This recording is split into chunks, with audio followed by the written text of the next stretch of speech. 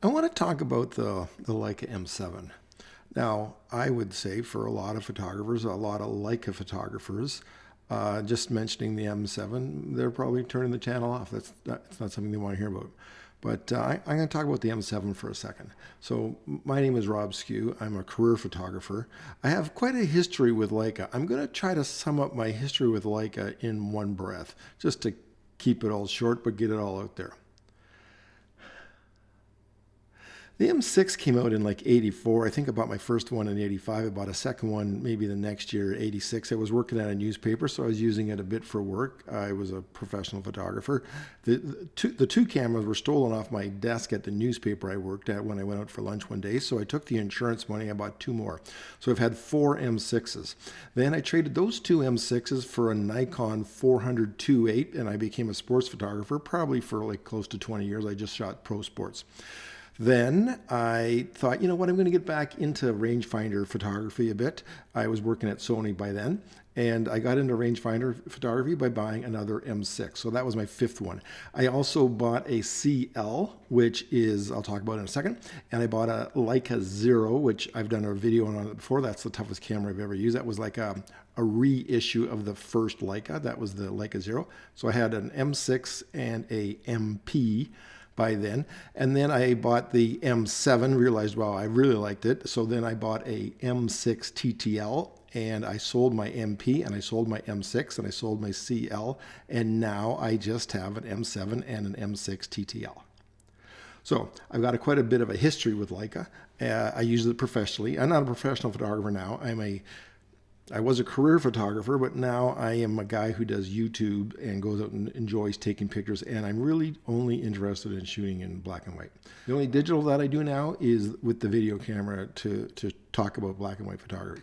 So let's talk about the M7. And I realize as Leica photographers, some Leica photographers, just the M7 is just the continuation of a bad idea. So where did the ugly stepsisters in the Leica line come in, and why have I owned two of them? So the first one, of course, was the Leica CL. Now, Minolta and Leica partnered in '73, and they made this smaller, weirder rangefinder camera that didn't look like an M4. And it was a price point kind of purchase. And the CL had a few limitations. It only had lines for the 40, the 50, and the 90. No lines for anything wider than that. It wasn't. It was a little bit lighter build, and you could say it was a flop. I don't know if it was a flop. They sold, I think, like 65,000 of them, which is not a lot of cameras to have it as a save your company kind of camera. But I had a CL. I used it. It was my third body. So by that point I had the MP and the M6, the last time, and I used it. I thought, if I travel, I'm going to bring a third body because you just never know when you're going to drop them in a river. And I traveled and I brought the CL, and I decided, you know what, for how much it weighed compared to an M6, I'd be better off just with another M6. Not that there's anything wrong with the CL, it's just there's an advantage to having your cameras be the same model. So that's kind of why I switched. So I got rid of the CL.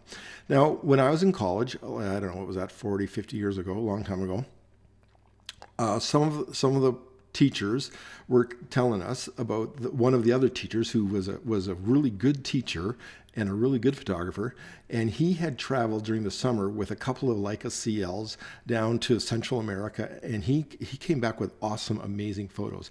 And they had said to the class, like, we were kind of joking with this guy about his weird CL cameras, they weren't even true Leicas, and did they ever have to, take it back when he came back with these amazing photos, because it doesn't really matter what camera you use. You can get amazing photos with a lot of different cameras.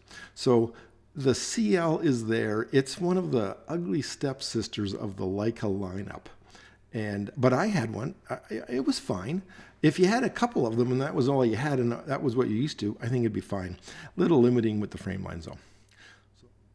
So as I mentioned, the CL came out in '73. It was a Minolta Leica combo. It was kind of made by Minolta. That's a whole other story. Now, another ugly stepsister in the Leica lineup And if you own one of these, you probably love it. And if you shoot with one of these, you probably love it. If you own it and you're a collector, maybe it's just what it is. But that's the M5. Now, I have not used the M5 all that much, but I know photographers who use the M5 and they love it. Now, it is, again, one of the ugly stepsisters in the family of the Leica M's. So it was a different size. It was a little bit different shape. It had a mirror.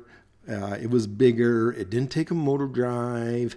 This was supposed to save the company, and it kind of was a flop. They came out with a couple versions of it. It was in black and chrome. Again, if you had two of these, you could photograph the world, I think. It looks to me like a solid camera, but it didn't look like an M4. It was a little bigger, a little taller. It wasn't an M4, so people hated it. Except maybe those who took pictures with it. Maybe they loved it.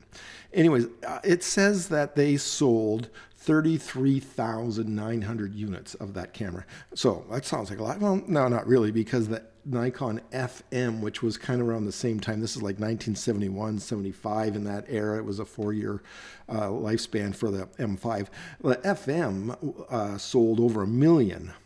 And there was an FM2 and an FM3, and they all sold thousands and thousands of cameras compared to the Leica. And there was an FE, which was kind of the electronic version of the FM. So if you sold 1 million FMs and you sold another almost 1 million FEs compared to 33,000, you're getting outsold in the market. And that wasn't even Nikon's main camera. Their main camera at that time was the F2, and they sold over 800,000 of those. So the M5, it wasn't going to save the company like everybody hoped. And I guess it's a wonderful product. As I said, I haven't really used it much, but considered one of the ugly stepsisters in the lineup. Now, of course, there's 3 ugly stepsisters. The third one is the M7. Now, this is my M7. I've only had this one, and I'm going to say I love it. It's a great camera. Now, it is got some issues that the other cameras, the M6, didn't have. Now, the M7 came out in 2002, and it was current till 2018. So it was a current camera for a long time. And Leica's not telling how many they sold, but the numbers I think are low. Like, some people are saying like 25,000 and things like that. So the numbers are pretty low because the M7, we were all switching to digital when the M7 came out. The Nikon D1 came out in 99, and the M7 came out in 2002. So Nikon was already on their second, maybe third generation of pro digital, and everyone could see that it was going to digital. And then you come out with this M7 electronic shutter, the backward dial. I'll talk about that in a second. It wasn't really a flop, but it came out late in the film day because things were switching to digital. Think of the Nikon F6.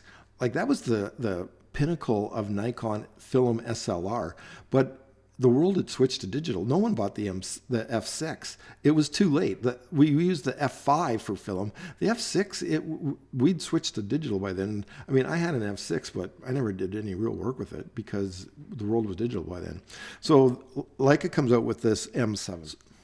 So one of the raps about it is, of course, it has an electronic shutter, and people hate that because instead of having a shutter speed choice from 1 second to 1,000, you have 32 seconds to 1,000. So who would want that? So that was something that people hated about it, was an electronic shutter. Now you had to carry batteries. Now the batteries are small. They're like the size of a penny. You need a couple of them. Put them in your bag. I can see that would weigh you down, so you wouldn't want to carry spares. People just don't like it because it's electronic. It's aperture priority. Well, pro photographers wouldn't use aperture priority. Well, I do. I don't have a problem with that. I don't mind setting my lens to 2.8 and letting the camera computer figure out what the shutter speed is. It's not really that different than using the meter in the camera and figuring out. It takes it to the same spot. People didn't like the electronic shutter. People didn't like the electronics. Oh, these electronics are going to die. These electronics are going to die. It had DX coding. Well, who would need that? DX coding, that's miserable. Why would anybody want that? You can't set your ISO. These are the kind of thoughts that kind of killed it in the industry. But I love it. It's got DX coating. So what? You just use it. It's got TTL flash. Like, no one uses flash anymore. I realize that. But when we were taking pictures for a living, you used flash. Like, you had to use flash. You went into a dark room, you had to turn a flash on. I mean, it was just how it was. The flash sync wasn't really great. It was a 50th of a second, but you know, at least you could use flash, and it had TTL flash. And TTL flash was amazing on Nikon and amazing on Pentax and amazing on to have. But yet, it, you know, people criticize it for that. So it is a funny, ugly stepsister. Now, I'm going to tell you why I like it. Now, my camera I bought from KEH. It's used. It was very clean, but used. And when I got it, you know what? It didn't work properly. I hate to say it, but the DX coating on the early ones, it wasn't right. And it had to go to Leica, and KEH took it back and sent it to Leica, and it was fixed. It took a few weeks, and it has been flawless ever since. Because the DX coating, it didn't read the film properly. Leica had figured that out, but this camera was not updated with the new system. So now it's been updated. So it's been great ever since. So that's, again, a thing that people don't like about it. But I like it. Now, when I got this camera, the first time I got it, I realized, and here's something people don't like, the shutter dial is bigger than on an M6 or an M4 or an M4 II, and it turns the other way. So if you're used to clicking and going down to a 40th of a second and then a 30th and then a 15th, now it's backwards. So you could argue that that's a problem if you have one of each, but you can't argue it if you have two of these, if your two cameras are the same, because it would be the same dial. So the dial is bigger. It's actually more convenient, especially in Canada. Like, people wear gloves, right? So it's easier to turn the dial, but it does go the other way. Now, what I didn't realize, because I had the M6, the original M6, like I said, I had 5 of them in my one breath statement. The dial on the M6 compared to the arrows in the camera is going the opposite way. So if the arrows point one way, you turn your shutter speed the other way. You see how that doesn't really make sense? But they corrected that on the M6. People hated it. Here we go, Leica getting crazy. They're changing this direction of the dial. And you know what they did? They changed it to the right direction. Isn't that weird? So I like the M7. I like shooting with it. Now, here's something weird about this particular camera. The M7 came out with different viewfinder options. So the standard viewfinder was called a 0.72, so 0.72 magnification, considering that 100 or 1 would be 1-to-1 magnification, so this is 0.72. So that's fine. That's the norm. And with a 0.72, you got 6 different frame lines. You got 28, 35, 50, 75, 90, 135. So there are 6 frame lines, and they're in pairs. Okay, that's fine. Now, that's with the 72 viewfinder.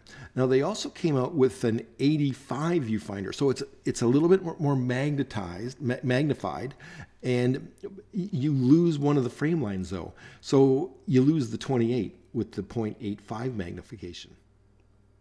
So now there's only 5 frame lines, but because it's a little more magnified, it's actually sharper, more accurate critical focus. So that was the 85 viewfinder.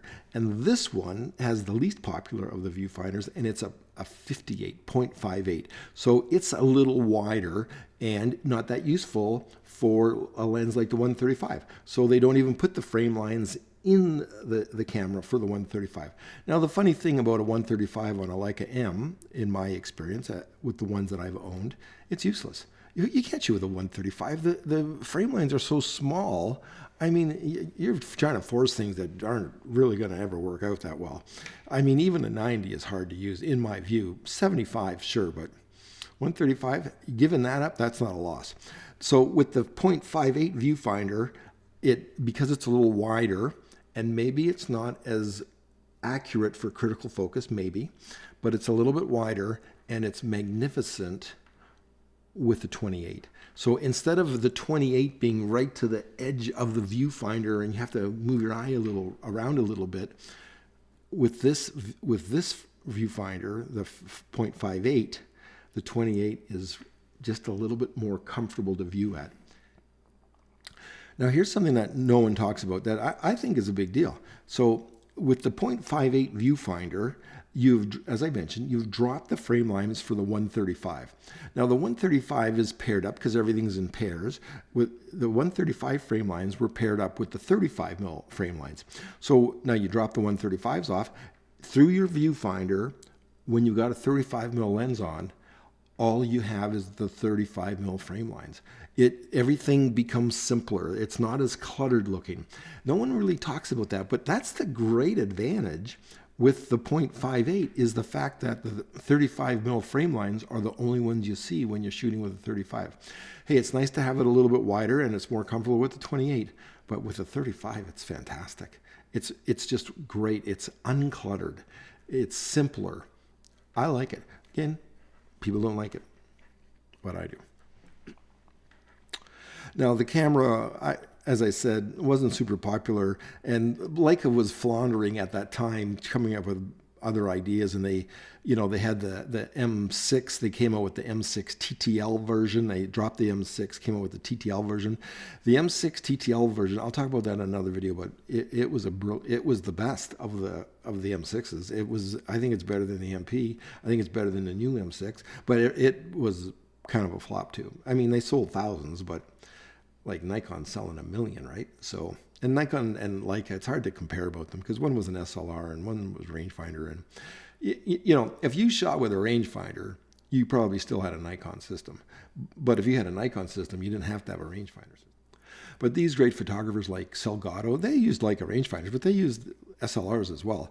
And I think a lot of them probably used SLRs more. That's another topic for another day about who was really using a rangefinder in the day.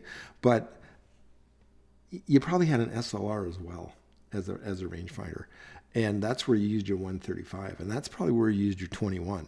And that's where you used your 300. And like I said, I traded my M6s against a 400 2.8 so I could shoot sports. Well, you weren't shooting sports with a rangefinder. It's just not practical. You're wasting your time. And the other thing that's weird, again, when I was working at the newspapers, I used cameras, the M6s with motor drives. No one even talks about motor drives on their M's now. But in the day, you had to have a motor drive on it because you needed the frames per second. So, you'd go to a news conference where there'd be other people with an F3. I think it was five frames or so per second. Even an FM2 was 3.5 frames per second. So you had to have a motor drive. No one talks about that now. It's just kind of weird. We're just quiet and shy and away we go. But this is the M7. It has TTL. This one has the 0.58 viewfinder. I love it. The 0.58 was available on the MP for a while and on the M6 TTL, and you could have got your M6s retrofitted to it. So they did offer it. I don't think they offer it anymore, but the M7 camera, now it's got the same advancer as the M6, and some people hate this. Well, it's got plastic on it. It's more comfortable than the MP winder, which is all metal. It's more comfortable than that. I don't have a problem with it. It's got, the M7 has this angled winder.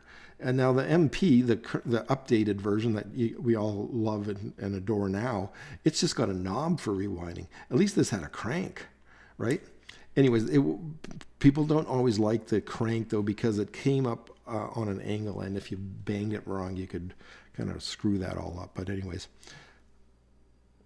it's got the angled with the rewind crank. I like that. I like it because when I take pictures, I can rewind it faster.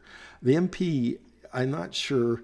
I'm sure there's pros that use an MP, but I don't know. I don't think there's that many. Pro's a funny word. Let's put it that way.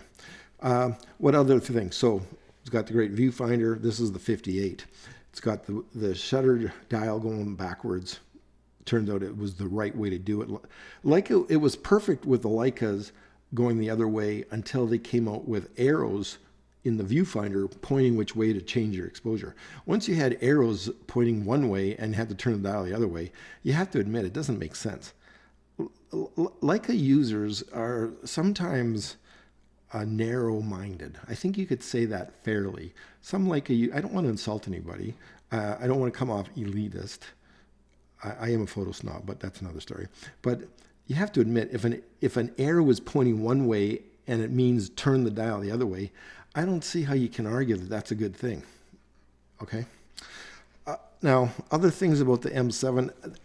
Again, it's a camera that will allow you to take great photos. It doesn't take great photos. It will allow you to take great photos. But if you were a great photographer and you took exciting photos, maybe it's because you're standing in front of exciting things.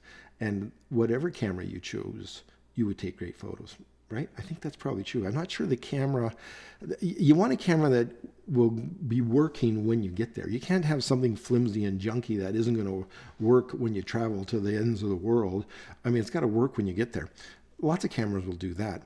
The M's are small and light, so that's an advantage. But really, I think it's the photographer. And a Leica with a 35mm lens, that's a pretty nice little setup. You can do a lot of great pictures with that. But those photographers who, shoot with that and do that, they might have been able to get those very same pictures with a Nikon. They might have been able to get those very same, they might have done better if they had an SLR instead of a rangefinder. Because no matter how you slice it, there are some limitations to a rangefinder that the other cameras don't have.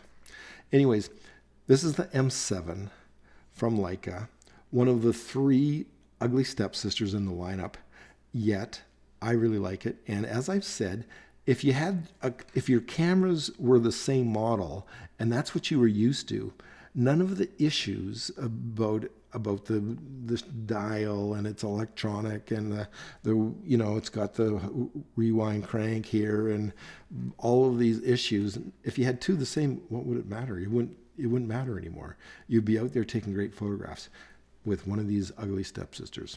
Anyways, just saying. It might be an ugly stepsister, but it's my ugly stepsister.